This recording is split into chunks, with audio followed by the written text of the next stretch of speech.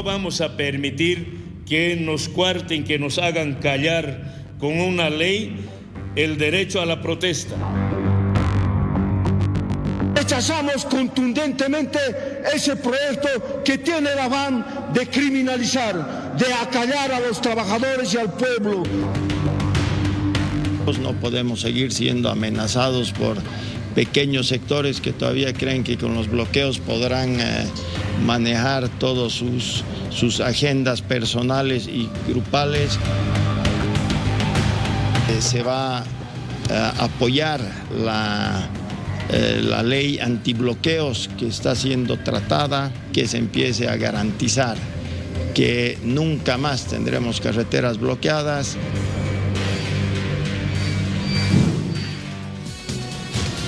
Creo que todos saben lo que hemos vivido durante el año 2025 con bloqueos que han traído muchas pérdidas económicas, mucho perjuicio a la población en general que trataba de movilizarse de un lugar a otro, pero no se lo permitían justamente por este tipo de bloqueos. Y hoy se está tratando esto en una comisión integrada en el Senado, pero de todas formas se ha entrado en un cuarto intermedio porque la orden es socializar este proyecto de ley para que los diversos sectores conozcan un poco más sobre el tema y no estén con este pensamiento de que se quiere criminalizar una forma de protesta, como ya lo habíamos escuchado por parte de los mineros. Esta noche nos acompañan en esta mesa de debate el profesor José Luis Álvarez, que es dirigente del Magisterio Urbano de La Paz. Gracias por estar con nosotros.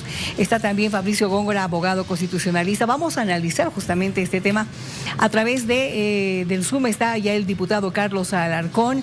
Estamos con Ricardo Fuentes, analista económico, don Jaime Solares, ex dirigente de la Central Obrera Boliviana. Estamos esperando a Marcelo Arequipa también para que pueda dar un análisis con relación a esta temática. Comencemos con el diputado Carlos Alarcón. Adelante. Diputado, ¿cómo está? Muy buenas noches.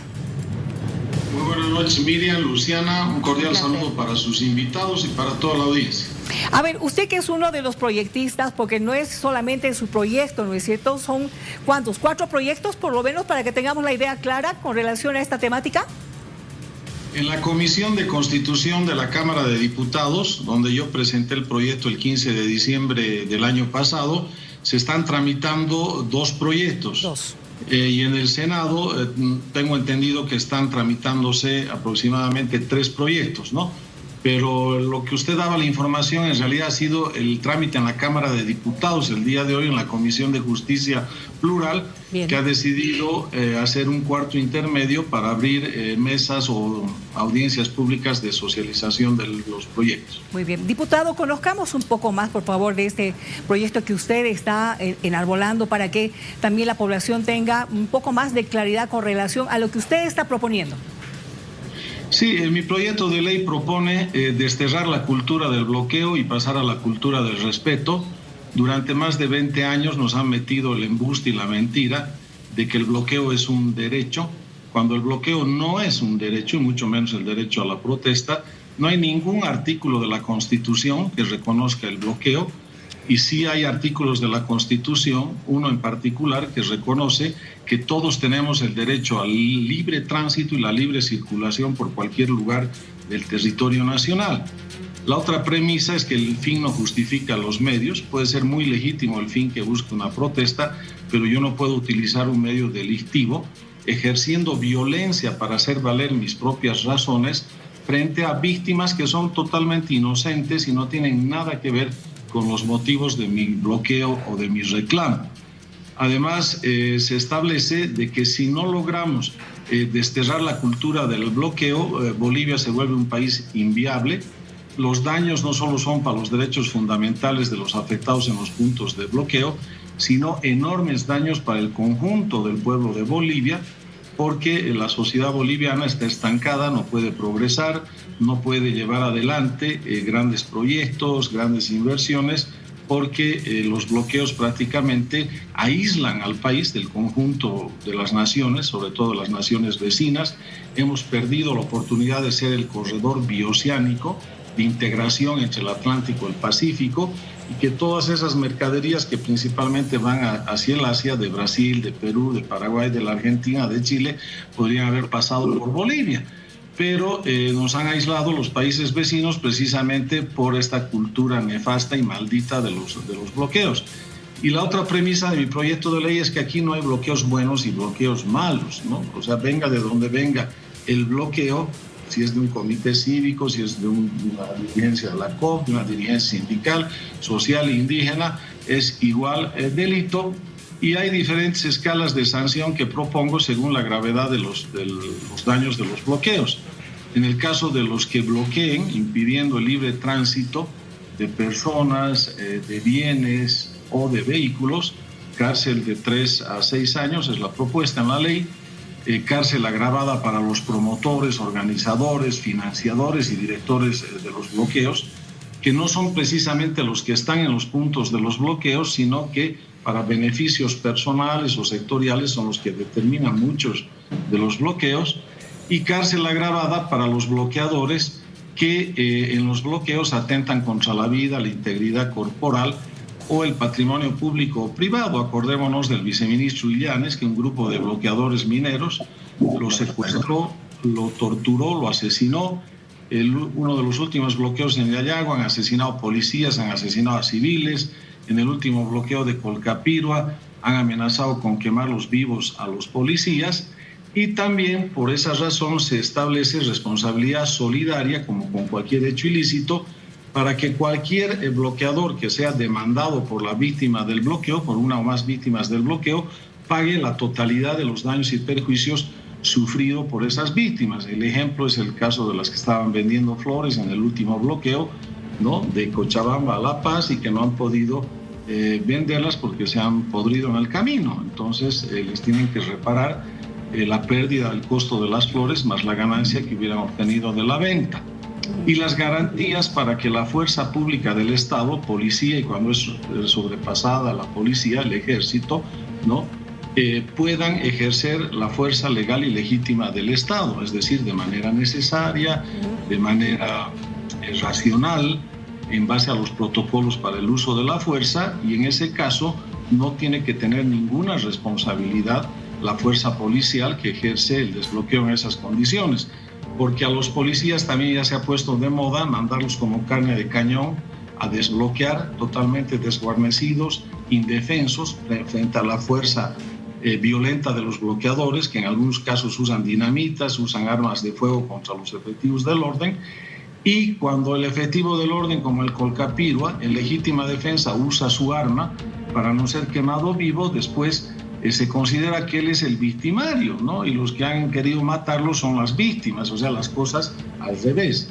Y por último, la ley plantea la abrogatoria de la ley Copa, que ustedes saben que esta ley se promulgó por Eva Copa el año 2020 con el objetivo de desestabilizar y derrocar al gobierno de Yanine Áñez, y lo que ha hecho ha sido anular el estado de excepción que está en la Constitución, porque ha puesto condiciones de imposible cumplimiento prácticamente para que se declare un estado de excepción, y además de eso ha inutilizado que cuando la policía es rebasada por grupos violentos que conmocionan el orden y la tranquilidad pública, la policía no puede ser utilizada en esos conflictos, sí, porque primero se tiene que declarar el estado de excepción. Ese es el resumen del proyecto que he propuesto, y esos son los fundamentos que lo justifican. Bien, gracias, diputado Alarcón. Le pido que se quede con nosotros. Por favor, voy contigo, Fabricio, para el análisis dentro de lo legal. 10 minutos, o sea que en unos minutos más me tengo que retirar, ya le avisé al productor. Le agradezco mucho, diputado. Le agradezco mucho por este resumen que nos está dando y brindando a toda nuestra audiencia. Fabricio, por favor, contigo. Veamos el tema legal. Sí, evidentemente, derecho a la protesta, pero ¿dónde queda el derecho de las otras personas? Bien, un saludo primeramente a los panelistas, al diputado y a todos los que nos pueden escuchar y observar. Es un tema delicado. Evidentemente, el derecho a la protesta no solamente implica una acción individual o colectiva de protestar, sino también implica la materialización de derechos humanos. Hablamos entre ellos libertad de expresión, libertad de opinión, asociación y de reunión. Estos se conectan precisamente al momento de realizar una protesta. Partamos de esa premisa, es un derecho, ¿no? Yo personalmente no comparto la opinión del estimado diputado que considera que no es un derecho. Es un derecho reconocido no solamente en la Constitución. ¿Bloquear es un derecho? No, hablo de libertad de expresión y libertad de asociación, reunión. Son derechos que se conexan en el ejercicio de una protesta. La protesta como tal es un acto, como le decía, individual o colectivo que se realiza en las culturas democráticas. Es parte de la democracia, es parte de hacer entender una posición que puede ser en contra de una posición gubernamental, como también hay protestas afirmativas de apoyo, que lo ha habido seguramente en el país. Comprender Bolivia sin protestas, para mi parecer, es imposible. Ahora bien, partamos de lo jurídico, porque ese es el análisis que se debe realizar. Y agradezco al diputado que ha hecho un pequeño resumen del proyecto de ley. Técnicamente, lo que se hace es agravar o tipificar ciertas actuaciones, ¿no? Agravando la sanción del tipo penal, dependiendo de ciertas circunstancias. ¿Esto se puede? Evidentemente sí, lo pueden hacer. Al final es una de las atribuciones. Pero no es la primera vez en la historia de la región y del mundo, llamémoslo así, en el cual hubo pensamiento sobre tipificar la protesta. Al respecto, el Sistema Universal y el Sistema Regional de Derechos Humanos ya ha emitido varios informes sobre la protesta y los derechos humanos. ¿Y qué te dice? ¿Los derechos a la libertad de expresión y de opinión son derechos? ¿Tienen límites? Claro que sí. Cuando seguramente vulneran otro tipo de derechos, como decías, Luciana, hace un momento, a otras personas. ¿Qué es lo que te dicen?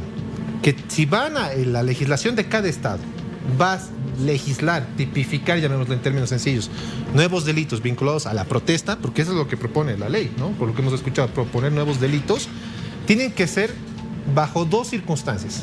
Primero, ¿es necesaria? Y segundo, ¿dónde queda la proporcionalidad? En cuanto a la necesidad, puede ser el fundamento que explicó el diputado, ¿no? Varios hechos que han sucedido, que han pasado, que ha terminado incluso con fallecimientos y otros. Y la proporcionalidad de la sanción. No es crear leyes, sanciones, nuevos tipos penales, ampliando, porque el tipo penal está vinculado a un bien jurídicamente protegido, lo decía el diputado. Por ejemplo, ha muerto un policía, ¿no? Que en paz descanse. El delito de asesinato ya se encuentra incorporado en el Código Penal. No es necesario crear un subtipo penal, un nuevo tipo penal para vincular hechos que podrían pasar. Ahora bien, eso evidentemente es un análisis y precisamente es tarea de la Cámara de Diputados, Cámara de Senadores, porque para eso están, son los legisladores. Algo que yo propongo para salir de esta discusión, porque nunca vamos a poder entrar a un punto de acuerdo. Tenemos tantos problemas que hemos visto con los famosos decretos supremos, los hemos analizado estos días. No necesariamente necesitamos un control normativo posterior a través de una acción de inconstitucionalidad. La Asamblea Legislativa puede realizar una consulta previa de constitucionalidad, porque en este caso, como yo les decía, hay un control de convencionalidad en virtud de los tratados de los derechos humanos suscritos por Bolivia, ratificados pertenecientes al bloque de constitucionalidad y conforme al artículo 256, incluso tienen atención preferente sobre la Constitución en cuanto a derechos humanos. ¿Por qué no se le hace esta consulta previa? Me parece bien que la Cámara de Diputados haya entrado a un cuarto intermedio para socializar, porque precisamente es eso, esclarecer, ¿no? Porque si la población escucha ley antibloqueos, no sabe si está tipificando, si está prohibiendo, si está sancionando, si está castigando. Precisamente para eso es, ¿no? Entonces, parte de esta posibilidad de salir de este enredo, considero podría ser eso, porque ese es el mecanismo constitucional y legal en virtud de derechos humanos. Me gustaría conocer también su postura, profesor Álvarez, por favor, usted como dirigente del magisterio.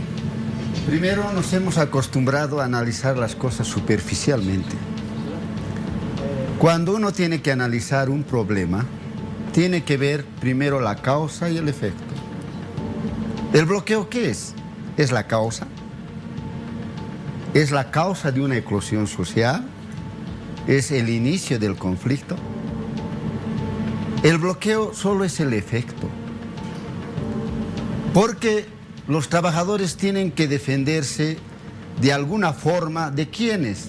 De los llamados a cumplir la ley. Por ejemplo, el último decreto, donde establece en su artículo 118 que un decreto supremo está por encima de todas las normas. Eso dice ese decreto. Totalmente que va contra toda norma. El hecho de establecer la eliminación de la subvención y quitar el derecho al trabajador a mantener su sueldo congelado.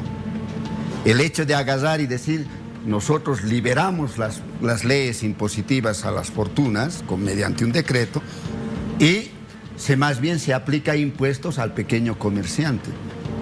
¿Quién está haciendo toda esa arbitrariedad? El presidente, el que ha jurado respetar la ley, el que ha jurado respetar la Constitución. Y a eso se suma el presidente del tribunal, que dice lo que no está prohibido en la Constitución, está permitido. Ante el poder del Estado, ante la arbitrariedad de la autoridad, porque la ley no es ecuánime, ¿qué opción tiene el trabajador? Recurrir a la protesta y recurrir al bloqueo, por ejemplo, Picachuri, para tratar de tener una jubilación que le permita vivir dignamente los últimos años de su vida, ha tenido que inmolarse. Bueno, quieren penalizar duramente la protesta social. Y a los corruptos que roban millones de dólares, miles de millones, ¿por qué no aplican la pena capital? A los parlamentarios que ganan sin trabajar, critican a los maestros, a los doctores, a los obreros que ganan un sueldo. Entonces, ¿por qué no sancionan a aquellos que desfalcan los dineros del TGN? Pero bueno, aquí no se trata de sancionar el delito, se trata de acallar al que protesta. Pero además, ¿quiénes debieran resolver estos problemas? ¿Quién debiera resolver el problema de sacar un decreto que vaya contra las normas? De resolver el problema económico de los trabajadores, la falta de empleo. En las democracias representativas ese papel hace el Parlamento. Pero tenemos un Parlamento inútil, que solo repite lo que dice el Poder Ejecutivo. La justicia igual. Entonces en Bolivia no hay democracia representativa. Por esa situación, reitero, cualquier figura que se dé, lo único que están haciendo es tratar de atacar el efecto y no la causa. El trabajador solo tiene que defenderse. Por esa situación, lo único que van a generar es otro conflicto. Y aquellos que hablan de legalidad debieran fijarse en su vida cotidiana lo que hacen. Permítame, por favor, profesor, y a nuestros invitados, quiero escuchar ahora la postura que tiene el exdirigente don Jaime Solares. Buenas noches. Bueno, un gran saludo para Bolivisión, ¿no? Igualmente. ¿Qué opina, don Jaime? Bueno, es un problema, como dice el profesor, ¿de dónde viene el problema del bloqueo? El trabajador o los trabajadores en huelga, nadie les tira pelota. Hacen huelga de hambre, peor, nadie va a decir, bueno, ¿cómo podemos arreglar? Ni un parlamentario, ni un ministro, ni peor el presidente, ¿no? Entonces van al problema de huelga de brazos caídos, el empresario dice, están arruinando mi empresa, que a lo uno, que a lo otro. Es un problema grave. ¿Qué le queda al trabajador? Hacer el bloqueo. Y quiero que se tome en cuenta muy bien. Hay que leer un poco de la historia de la Revolución Francesa, la Revolución Mexicana y la Revolución del 52. ¿Por qué causas han sido? Por la injusticia. Porque los que estaban arriba querían hacer todo lo que les da la gana, como los varones del estaño en esa época, ¿verdad? El 52. Pero después viene otras revoluciones acá, pequeñas revoluciones en Bolivia. ¿Qué pasó en 2003? ¿Por qué Goni, sin ninguna autorización del pueblo, quiso vender los recursos naturales? Pero ese bloqueo benefició al país porque se rescató más de 60.000 millones de dólares. En el caso de la empresa privada, ¿cuántos millones le hubiera dado al país? En el mejor de los casos, 10.000 millones. Eso quiero que se tome en cuenta. Entonces yo creo que acá el trabajador tiene que utilizar todos los métodos que sean posibles para ser escuchados. Y bueno, desde luego que sí hay alguna gente perjudicada, pero de eso se quieren agarrar, ¿no? Para desprestigiar a la COP, para desprestigiar a los dirigentes. Entonces es una canallada que quieren hacer. Yo simplemente le digo, el día que promulguen esta ley, nosotros rápidamente tenemos otra vuelta en los caminos. Hasta hacer abrogar y esto, y tal vez hasta para que vaya el presidente. Porque no vamos a permitir que ese presidente que prometió todo y hoy no le da nada al país, quiera hacer lo que le da la gana. No vamos a permitir eso, mi querida compañera. Muy bien, estamos también con don Ricardo Fuentes, que es analista económico, porque hay que ver la otra parte. Es decir, si don Jaime ha dicho, si hay algunos que han sido perjudicados. ¿Cuánto perjuicio económico nos traen los bloqueos, don Ricardo?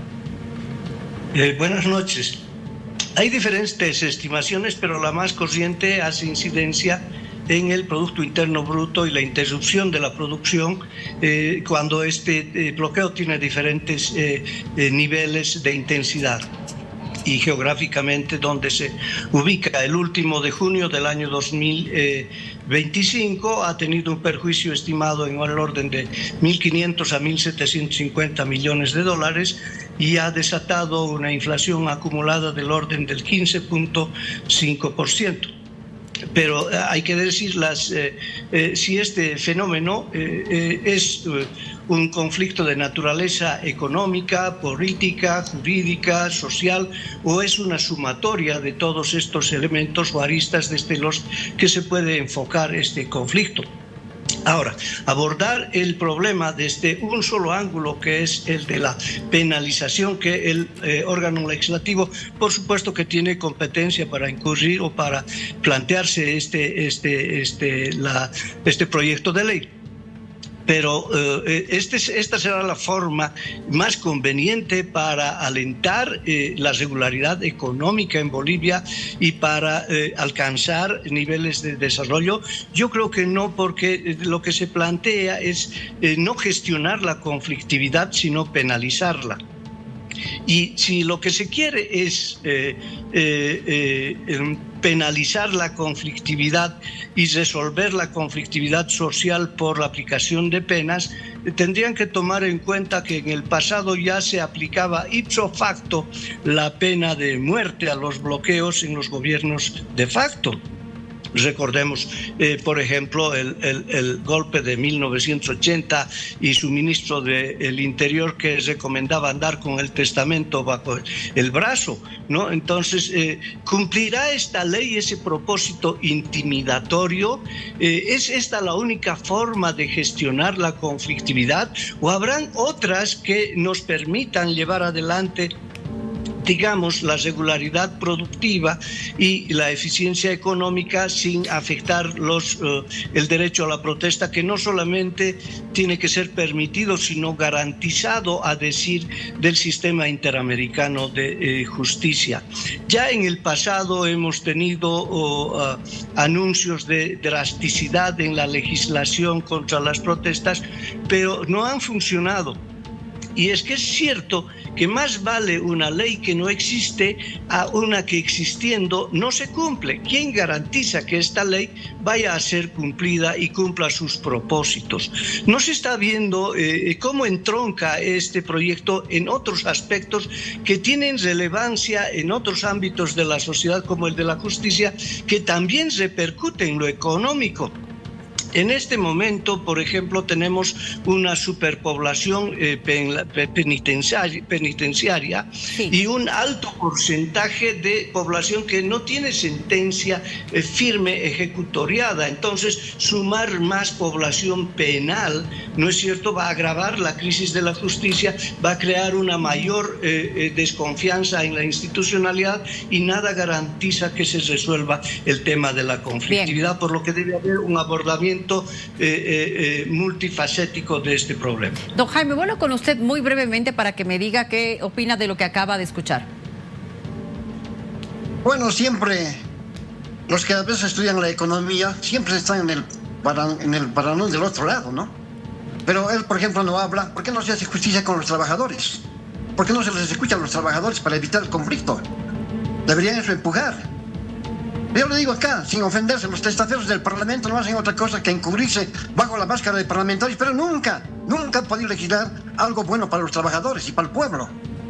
¿Qué creen, que el pueblo se va a morir de hambre mientras los señores ganan 18.000, 25.000 bolivianos? Ellos pueden pagarse el pasaje hasta 5 bolivianos.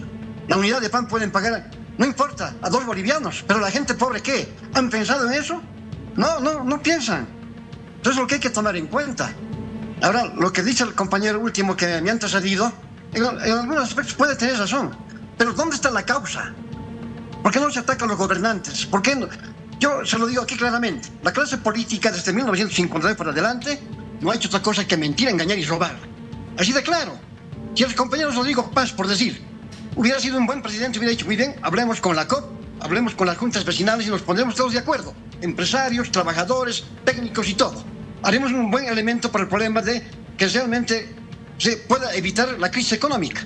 ¿Ustedes qué van a poner de su parte, señores empresarios? ¿Los trabajadores qué van a poner de su parte? ¿Ustedes, los técnicos, cómo me van a ayudar a que el país se levante? Es un problema de diálogo. ¿Por qué no hacen eso? Yo creo que esto se acaba el día que haya un presidente que no robe y no deje robar, y parlamentarios patriotas que no vean simplemente el problema de sus bolsillos, que ganan 22.000 o más allá. ¿Por qué no pensar en la gente pobre? El día que haya un gobernante y parlamentario que piense en el pueblo, la cosa cambia. Y no va a haber ninguna necesidad de ir al bloqueo. Gracias, don Jaime. A ver, para finalizar el análisis político contigo, Marcelo, por favor. Gracias, buenas noches. A ver, si estuviéramos en Austria o en Dinamarca, yo creo que la discusión legal sería perfecta. O sea, hablemos, ¿no es cierto?, de leyes más, leyes menos, pero este no es ese contexto. Bolivia no es un país que necesariamente destaque por tener un Estado fuerte. Es un país que, y hay que reconocerlo, creo, y hay que sincerarnos también como país, es un país que tiene un Estado débil y una sociedad civil fuertemente organizada y movilizada. Eso es lo que tenemos en este país. Entonces, ¿qué hacer con eso? Lo que tienes que hacer tú como gobernante es gestionar la política. No es, en realidad, digamos, poner más acciones punitivas, traer más leyes, qué sé yo. Es gestionar la política. ¿Y a qué me voy con esto? Hace rato decía el profesor Álvarez lo siguiente, que me parece que es fundamental también para entender esto. Cuando los sectores sociales salen a protestar por alguna demanda, no van directamente hacia el bloqueo. Primero lo que haces es, y eso lo hemos visto, por ejemplo, con el pasado decreto supremo que se abrogó, primero lo que haces es hacer el reclamo público, luego de eso vas a hacer las marchas de protesta, más o menos esa es la metodología que se utiliza siempre. Haces las marchas de protesta, digamos, impides la circulación vehicular en algún momento en las avenidas de la ciudad. Y luego de eso, ya que no hay diálogo, no hay capacidad de concertar nada, entonces recién vas al bloqueo y recién vas a la huelga de hambre. Es decir, las protestas sociales en el país no van directamente a los bloqueos y a las huelgas de hambre. Primero hay que gestionar la política. Y eso es lo que de verdad deberíamos pedirles más bien a nuestros gobernantes, tanto al legislativo, especialmente al ejecutivo, como parte de las responsabilidades de gestionar la política para que no lleguemos a los bloqueos, para que más bien las demandas y las necesidades se puedan llevar adelante en mesas de negociación política, no en mesas de coordinación, sino negociación. Por eso decía, una palabra clave para mí es gestionar la política. Y si yo no veo de parte de quien está hoy administrando el poder gestión de la política, pues difícilmente vamos a ver que los sectores sociales dejen de protestar, más bien al contrario. ¿Qué falta para gestionar la política? Hacer política. O sea, hacer política y hacer comunicación. O sea, y hacer esto, pero en serio, ¿no? O sea, no ese cálculo que a mí me parece un poquito, entre comillas lo voy a poner, mezquino, desde arriba tú ves si los sectores sociales van a aguantar haciendo protestas, haciendo marchas, y si sus bloqueos van a poder aguantar unos 3, 4 días y recién te sientes a negociar con ellos. Yo creo que esos cálculos políticos tienen que acabarse y más bien tiene que hacerse política y gestión para no llegar a ese punto, ¿no? Muy bien, gracias. Profesor, para terminar, ¿quiere decir algo? Sí, reitero, los trabajadores no se levantan un día de mal humor y dicen, ¿qué haremos? Vamos a bloquear, ¿no? O haremos huelga, no tenemos nada que hacer. No, hay un motivo de responder a medidas concretas que lanza el gobierno. Por ejemplo, el día de mañana nosotros nos vamos a empezar a movilizar y seguramente vamos a anunciar la huelga. Nos van a decir, se han salido de una huelga, han bloqueado. ¿Cuál es el motivo? Primero, el gobierno ha pretendido congelar nuestros sueldos. Ha subido el sueldo, el salario mínimo nacional, a 3.300. Y de acuerdo al criterio del mínimo nacional, ningún trabajador debe tener un sueldo por debajo del mínimo nacional. Un maestro con 72 horas gana como básico 2.548 bolivianos. Un maestro con 80 horas gana su básico de 2.832. Vamos a salir para que cumpla pues el criterio de que ningún trabajador puede ganar un sueldo por debajo del mínimo nacional. ¿Quién ha creado ese problema? El gobierno. Solo nosotros estamos saliendo a defendernos. Y obviamente, seguramente vamos a llegar al bloqueo de calles, a las movilizaciones, etcétera. Pero reitero, solo estamos respondiendo a algo que ha generado como conflicto el propio gobierno. Las medidas de presión, reitero, las protestas no son por locos, son respuestas de incapacidad que tiene el trabajador y el sindicato de acudir a la ley para que la ley en forma neutral resuelva el problema. Eso nunca se ha dado. Por eso recurrimos a las medidas de acción directa. Y reitero, hablan de daños económicos. La pregunta es bien concreta.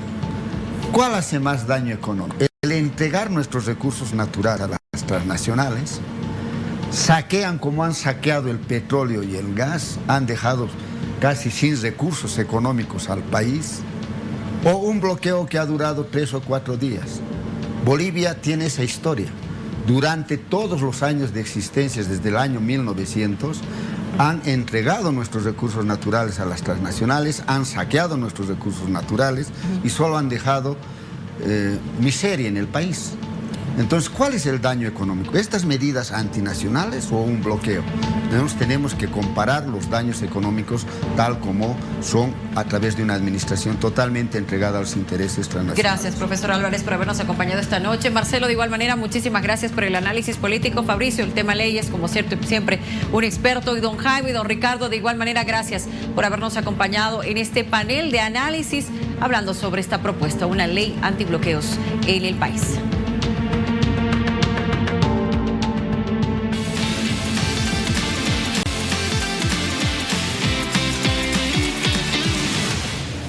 Bueno, no tenías que bajar. Es que, jefe, hay harta gente. ¿Qué voy a hacer?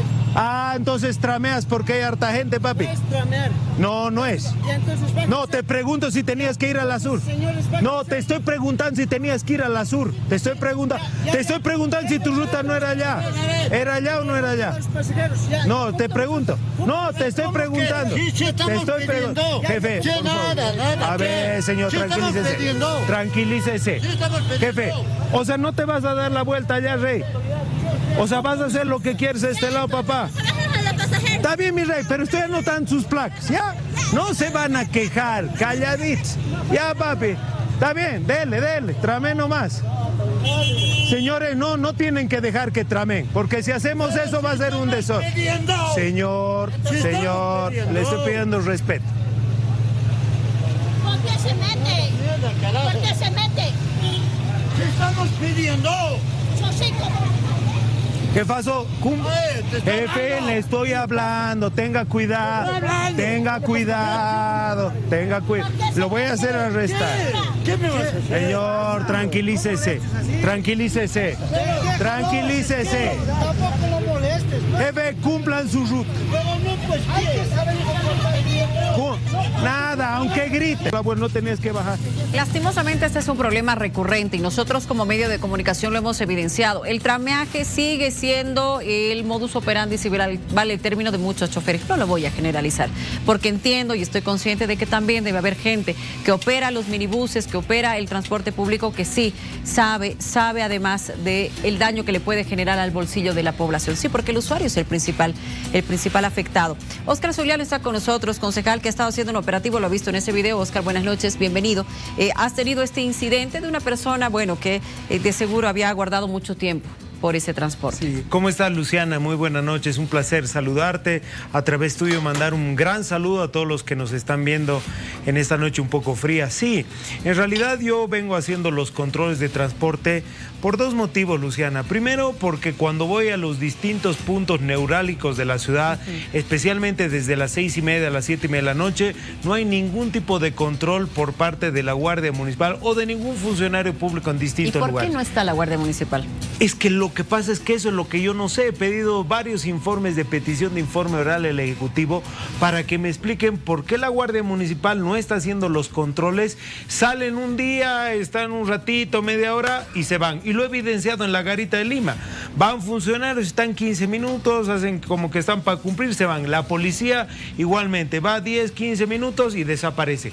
Y el escenario son grandes filas de ciudadanos que salen de su trabajo, quieren irse a su casa y tienen que esperar 45 minutos, una hora y media. Por eso yo entiendo, la violencia no es justificable por ningún motivo, Luciana. Pero entiendo que hay muchos vecinos que hacen fila casi hora y media para esperar la movilidad y no aparecen. ¿Por qué? Porque como en este caso dan el giro otra vez en la Plaza Eguino y vuelven a Periférica, vuelven a bajar y hacen ese giro y ya no van a la zona sur. Y hay filas de un lado y hay filas de otro. Claro. Y obviamente eso pasa cuando tienes una ciudad que no está ordenada, que la improvisación y la falta de planificación está a la orden del día, y obviamente si ellos no van a hacer el trabajo, yo voy a salir a hacer los controles recurrentes. Ahora, entonces, ¿el municipio paceño no ha hecho el trabajo correcto en cuanto a controles, en cuanto a normativa en todo este tiempo? Oscar, tú eres concejal. Luciana, el verdadero problema que tenemos ahorita son rutas, recorridos y tarifas. Salimos a controlar, por ejemplo, el tema de las tarifas para ver que se cobre los 2.50, 3 bolivianos, y cuando pase las 9 de la noche los 3.50 en ruta corta y ruta larga. Y eso no se está cumpliendo en puntos neurálgicos de la ciudad. El gobierno municipal es el gobierno más cercano a la gente. Debe estar ¿dónde? En la calle. ¿Dónde? Controlando. Porque si no controlamos lo que le afecta el bolsillo a los paceños, entonces ¿para qué están las autoridades? Y eso es lo que yo he visto, la falta de controles en la Pérez Velasco, en Leguino, en la Plaza del Estudiante, es decir, lugares que son neurálgicos donde la gente se reúne para tomar movilidad y tiene que esperar horas de horas para hacerlo. Pero esto ¿hace cuánto se sabe, concejal? ¿Y por qué no se ha hecho nada? Hace mucho tiempo, porque yo lo vengo reclamando. Más del 60%, Luciana, del transporte público en la ciudad de La Paz viene del Alto. 40% son de la ciudad, y yo lo he evidenciado en los controles que vengo haciendo. La mayoría de los que tramean, no cumplen rutas, no cumplen recorridos, son los minibuses que vienen del Alto. Primero, no pagan impuestos en la ciudad de La Paz, menos van a cumplir una ruta y un recorrido establecido. Lo he visto en la Buenos Aires, lo he visto en la Garita de Lima, lo he visto en distintos lugares. Lo que hay que hacer es ordenar nuevamente la ciudad, el transporte público, las rutas, las paradas y los recorridos.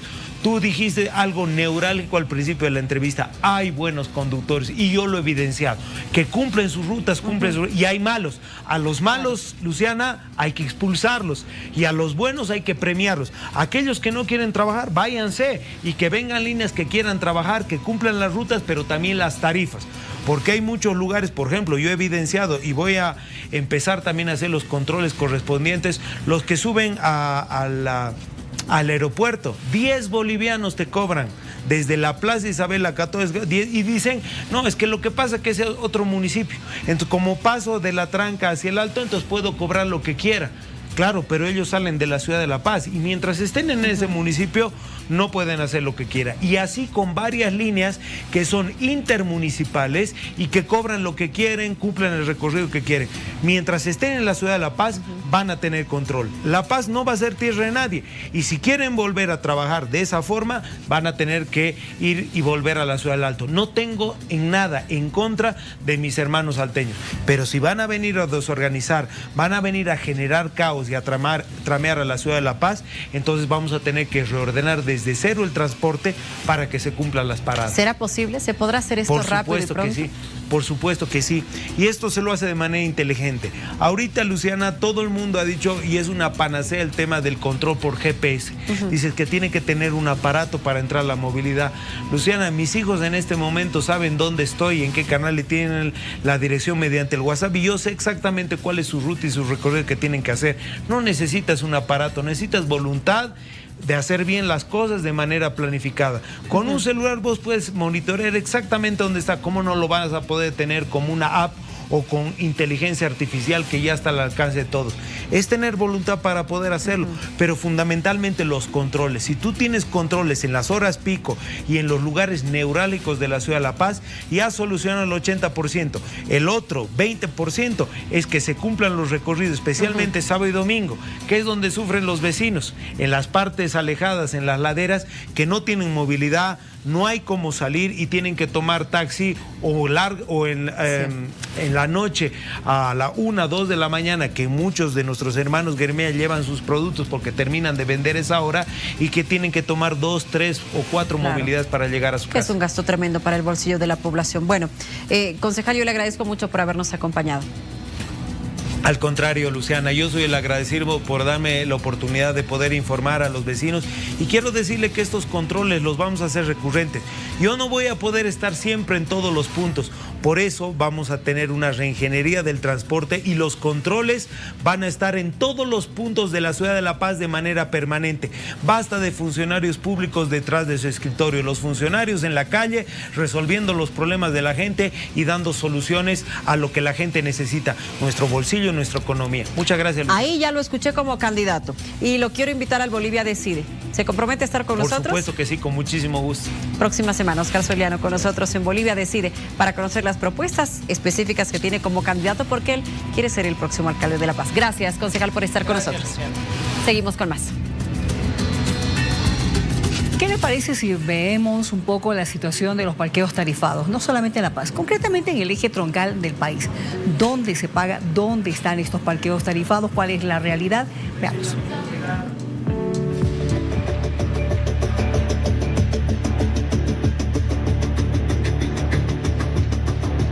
Hace 3 meses en la ciudad de La Paz se inició con el parqueo tarifado, una ley y normativa que generó varios debates en distintas zonas de la urbe. Las tarifas son para vehículos registrados en el municipio de La Paz, 3 bolivianos hasta 30 minutos y para motocicletas 2 bolivianos y por hora es de 5 bolivianos para vehículos y de 3 bolivianos para motocicletas. Ayer, Consejo Municipal promulgó una ley en contra de estos parqueos tarifados. Sin embargo, la alcaldía ratificó que estos mismos continúan funcionando gracias a un auto constitucional. No es que esté mal tener parqueos tarifados, simplemente la forma es la que no ha sido la adecuada. Queda promulgada de oficio la ley municipal 580 del Gobierno Autónomo Municipal de La Paz, que deja sin efecto los parqueos privados. Los parqueos tarifados se encuentran vigentes. Seguimos trabajando desde que se ha dispuesto mediante una sentencia constitucional el 13 de noviembre, que es el Consejo Municipal ha promulgado de oficio una ley que dispone la suspensión de estas autorizaciones. La misma no se encuentra vigente para nosotros, no están cumpliendo el procedimiento. La gente en el sector sí lo ha aceptado muy bien, incluso hay personas que están pagando los parqueos tarifados. Entonces se le está informando también de tal manera a la gente, a la ciudadanía, está socializando también en el sector. Ahora vamos a ver la situación que se vive en Cochabamba respecto a los parqueos. Pues justamente ayer se reinició el parqueo tarifado, así como también de implementación de servicios digitales Innova. El sistema de estacionamiento tarifado que está vigente en la ciudad a través de la Ley Municipal 1087 y su Decreto Municipal 408, nuevamente está entrando en vigencia a partir del día de hoy. Plataforma innova.cochabamba.bo continúa en vigencia, es una modalidad de pago digital tecnológico que está establecido también en esta disposición municipal.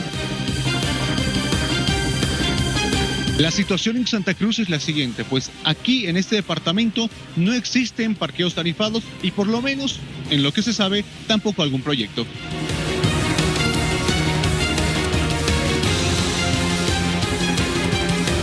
La pregunta es la siguiente y lo que todos se realizan en la ciudad de La Paz. ¿Qué va a suceder con los parqueos tarifados? ¿Continúan en vigencia o esta ley lo anula?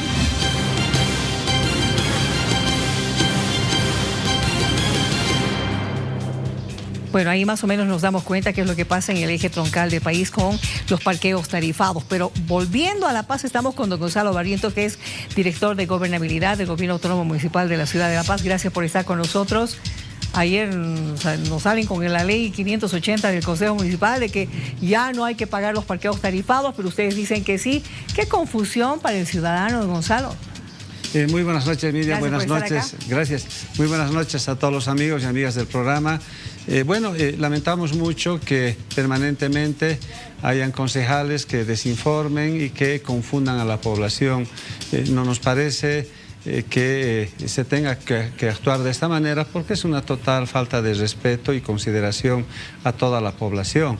El parqueo tarifado está vigente, ya que se tiene un auto constitucional, una sala constitucional a través de un fallo ha establecido que está vigente el parqueo tarifado. Y una decisión de una sala constitucional es similar a la Constitución Política del Estado. Y la Constitución Política del Estado está por encima de cualquier ley o cualquier decisión de una otra autoridad. Es de cumplimiento obligatorio.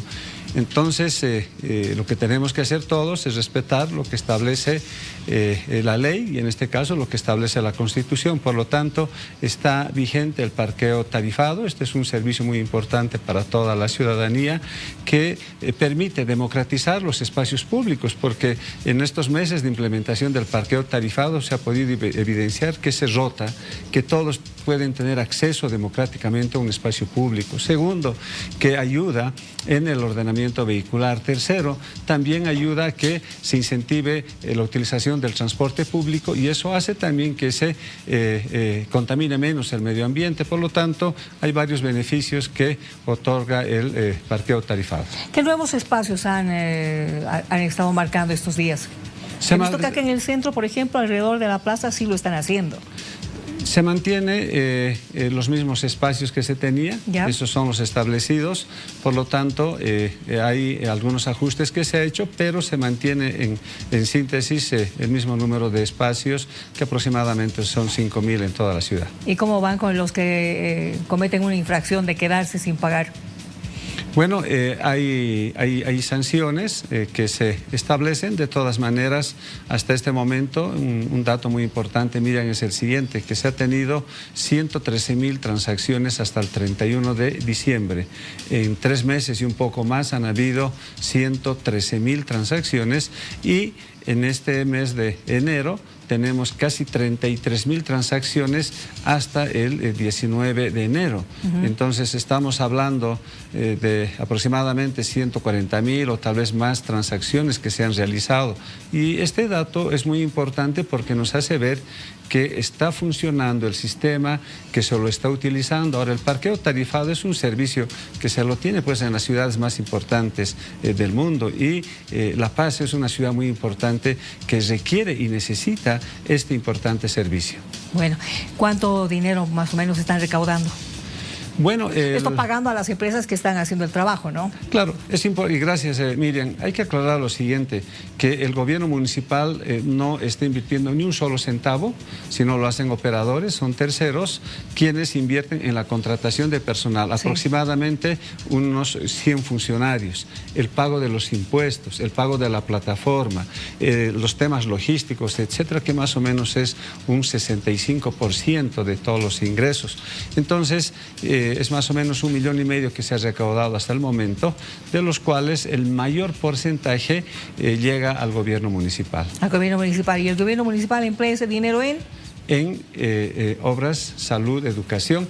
Pero aclarar de que este servicio lo que busca son precisamente estos beneficios, ¿no? De democratizar el espacio público, de reordenar el tráfico vehicular, de ayudar a no contaminar el medio ambiente. No es un tema para recaudar, sino más bien de prestar el servicio, porque como verás, esta recaudación y el monto que llega al gobierno municipal no es tan significativo, si vale el término, en términos monetarios, pero sí es muy importante en la prestación del servicio. Han habido lamentablemente varias mentiras, se ha tratado de confundir, se trata de desinformar, hecho que no nos parece correcto para la población. Gracias por haber venido.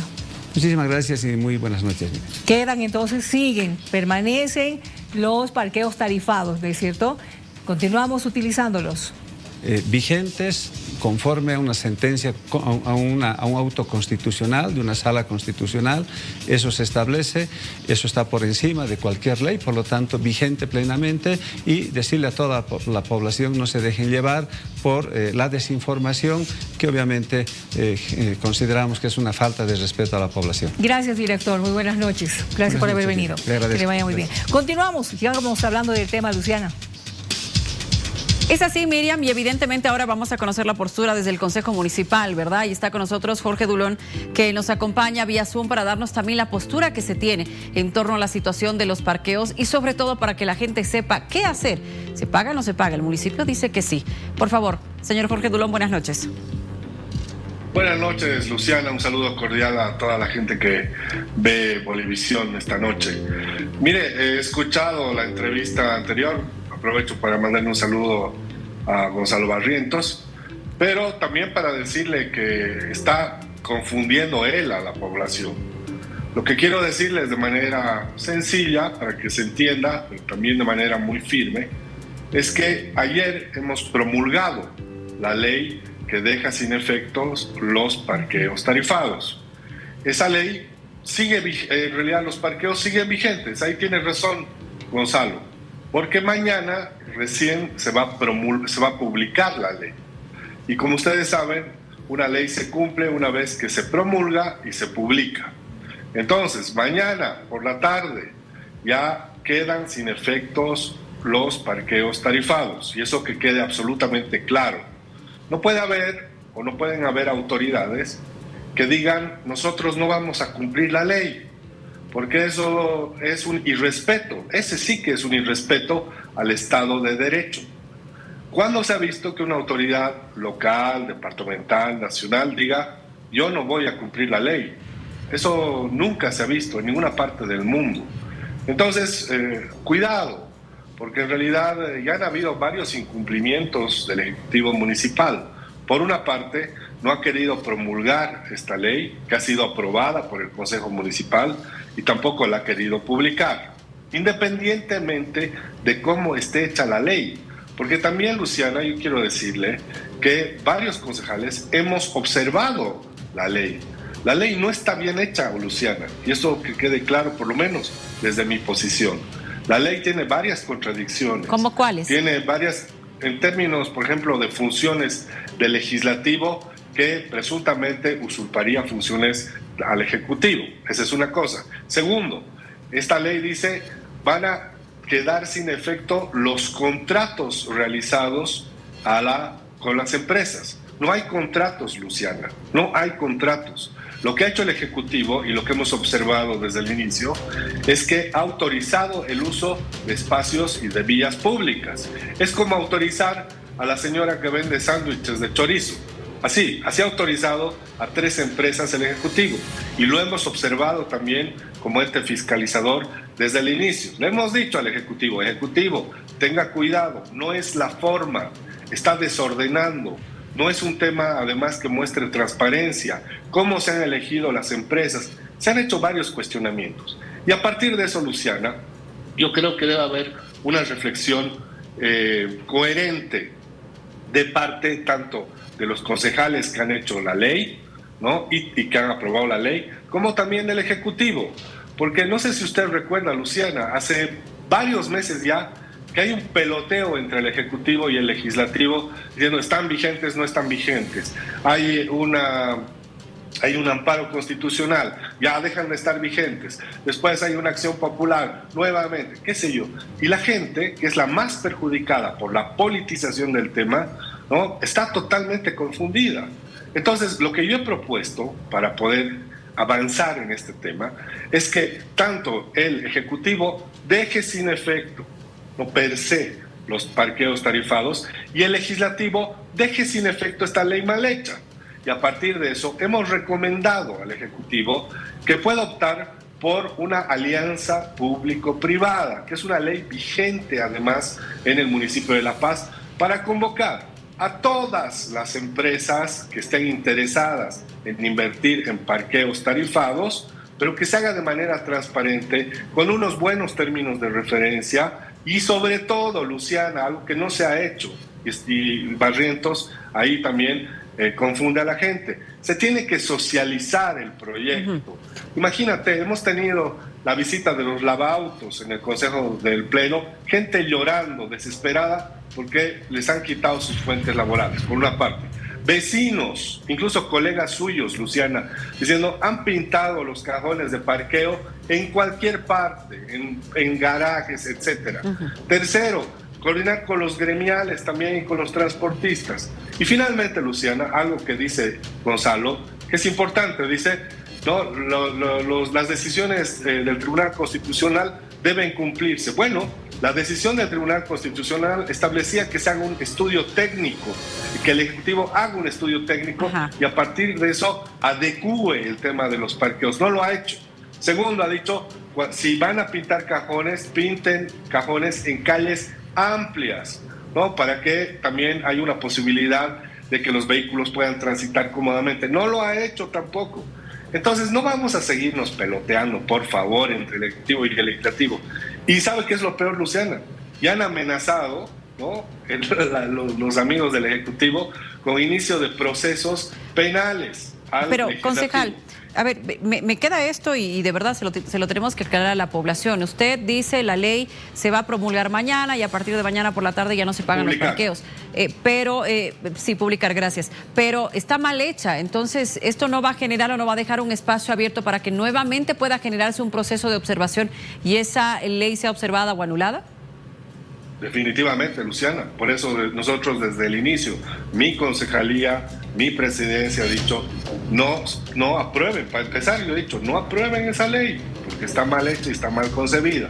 Han habido 2 concejales específicamente que se han empecinado en hacer aprobar esa ley. Y finalmente, la mayoría del Consejo Municipal ha aprobado esa ley mal hecha.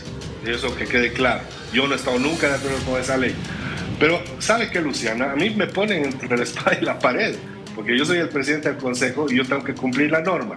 Y si en el Legislativo se aprueba una ley, yo tengo que promulgarla de oficio si es que el Ejecutivo no lo hace y tengo que publicarla de oficio si es que el Ejecutivo no lo hace. Eso es así, porque de lo contrario me van a iniciar un proceso también a mí por incumplimiento de deberes, así como seguramente le iniciarán esas acciones al alcalde. Por eso yo digo, la solución es más de fondo, en vez de estar discutiendo y confundiendo a la gente. La solución es que se queden sin efecto los parqueos, que el Ejecutivo tome una decisión coherente y que esta ley también quede sin efecto. Y a partir de eso, hacer bien las cosas. Porque en este peloteo, imagínese, Luciano, lo que ha pasado ayer o anteayer, una candidata a concejal, ¿no? Ya ha comenzado a confundir a la gente, ya ha comenzado a reñir a los funcionarios de las empresas privadas diciéndoles que ya estaba sin efecto el parqueo. Y eso no era verdad, porque como le acabo de mencionar, los parqueos tarifados quedan sin efecto a partir de la publicación de la ley que se hará mañana. Entonces ya hay una confusión y un despelote total que hace que los únicos perjudicados sean los ciudadanos. Por lo tanto, hay que tomar una definición estructural que sí tiene que ver con el tema de repensar las cosas. Seguro que sí, concejal Dulón, y le agradezco mucho por habernos acompañado. Me deja todavía un poco más preocupada por el tema de estas observaciones que se realizan a la ley. En fin, estaremos atentos. Que le vaya muy bien. Un abrazo, Luciana. Muchísimas gracias. Bueno, tema de los parqueos, una ley que va a ser ya publicada mañana y que según nos indica el concejal Dulón, pues a partir de mañana por la tarde ya no se deberían pagar otra vez los parqueos. Hacemos una pausa, quédese con nosotros, en breve retornamos.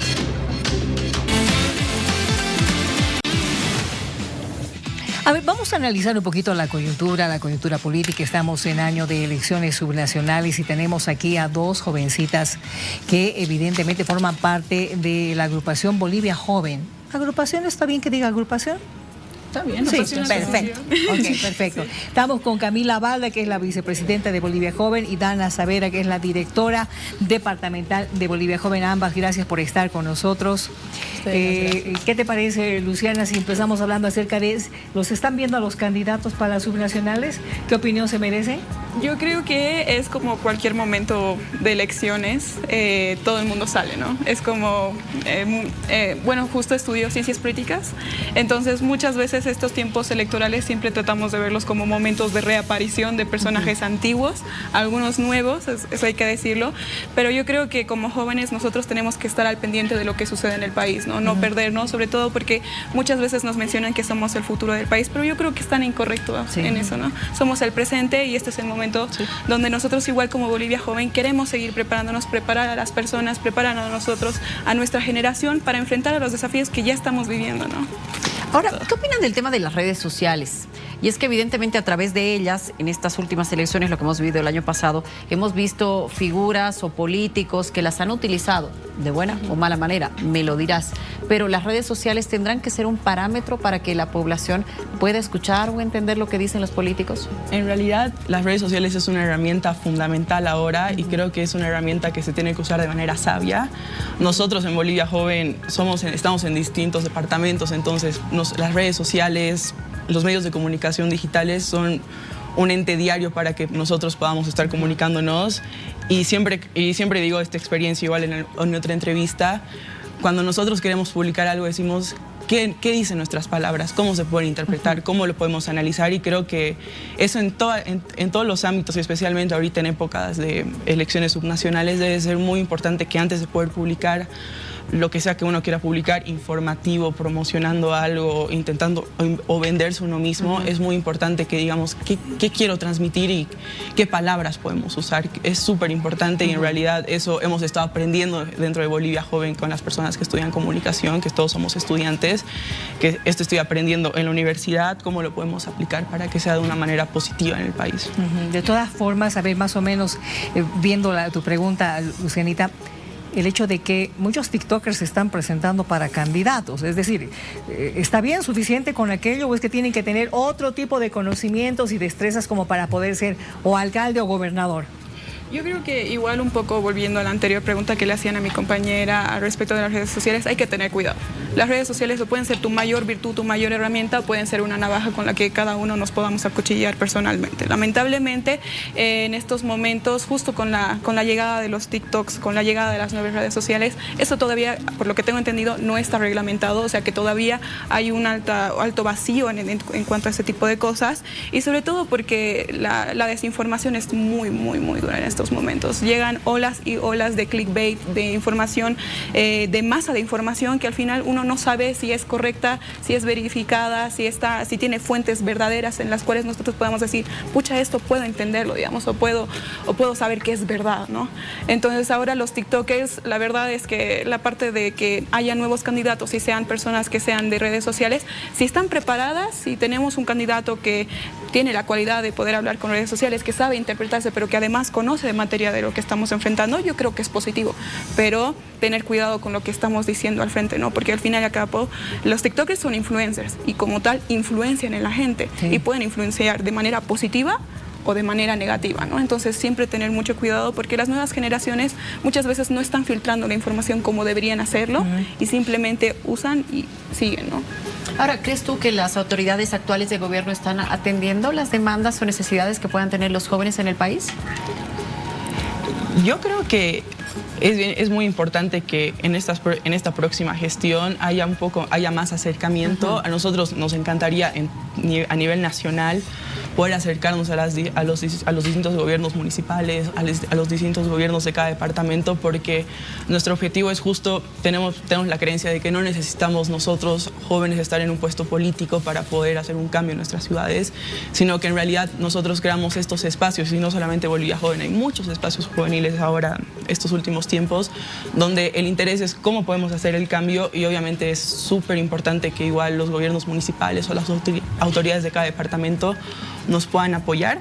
En realidad está en nuestros planes que después de las subnacionales poder hacer el acercamiento con las autoridades electas para poder trabajar en conjunto, obviamente para recibir más apoyo y también para aprender nosotros de cómo podemos mejorar o cuáles son las necesidades que capaz desde nuestra realidad no vemos que hay en las ciudades. Entonces para nosotros es muy importante que existan este tipo de acercamientos con los gobiernos municipales. En nuestro caso no los hemos tenido porque recién vamos 2 años, pero obviamente está en nuestra agenda.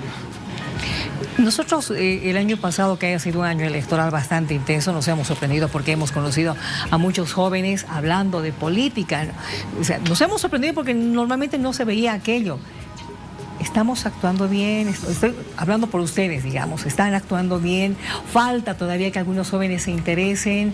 ¿O tú crees que está bien como se está mostrando hasta el momento? Creo que algo que se ha repetido mucho el anterior año es que éramos nosotros como jóvenes la mayor cantidad en el padrón electoral, ¿no? Entonces creo que encontrar los espacios de diálogo para los jóvenes es sumamente importante, y más cuando es de jóvenes para jóvenes, porque hasta cierto punto nosotros nos podemos entender y podemos transmitir cosas, ¿no?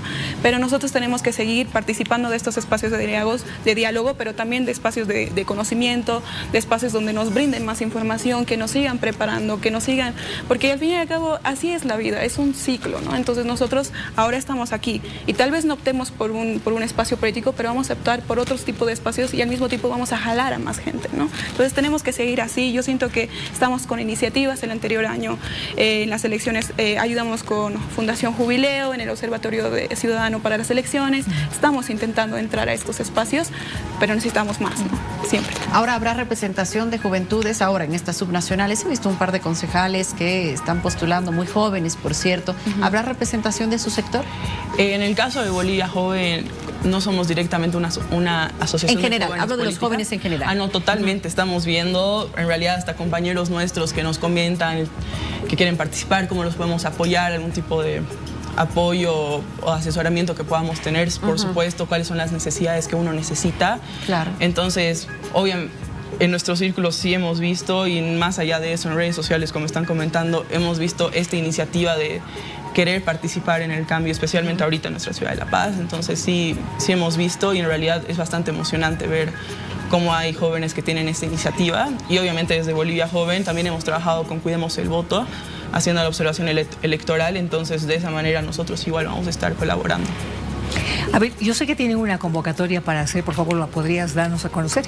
Claro que sí, más que todo invitar a nivel nacional a los jóvenes que se puedan unir a Bolivia Joven. Somos una organización juvenil bueno, entre jóvenes nos estamos primero, el directorio es juvenil, estamos de jóvenes para jóvenes, bajo los principios de la democracia, de la responsabilidad, de sobre todo incentivar, construir y fortalecer la acción juvenil, siempre con muchos valores y con muchas ganas de seguir aprendiendo, ¿no? ¿Cómo tienen que hacer para contactarse con ustedes? Está en nuestra cuenta de Instagram el formulario, estamos como Asociación Bolivia Joven, igual en todas las redes sociales, ahí está el formulario y toda la información que se necesita. Ha sido fundada por chicos de 20, que ahorita tienen 20 años, hace 3 años la asociación, y ha estado creciendo. Estamos en todos los departamentos, hemos hecho proyectos en Potosí, en Tarija, en Oruro. En realidad hemos empezado el año con 2 proyectos, entonces estamos súper emocionados por conocer jóvenes, y no solamente de las ciudades, sino que también hemos tenido células en distintos pueblos más pequeños de distintos departamentos que llamamos células. Entonces todo aquel que esté interesado en tener un espacio está bienvenido a Bolivia Joven. Camila, Dana, muchas gracias por habernos acompañado. Muchas gracias. Que les vaya muy bien. Muchas gracias.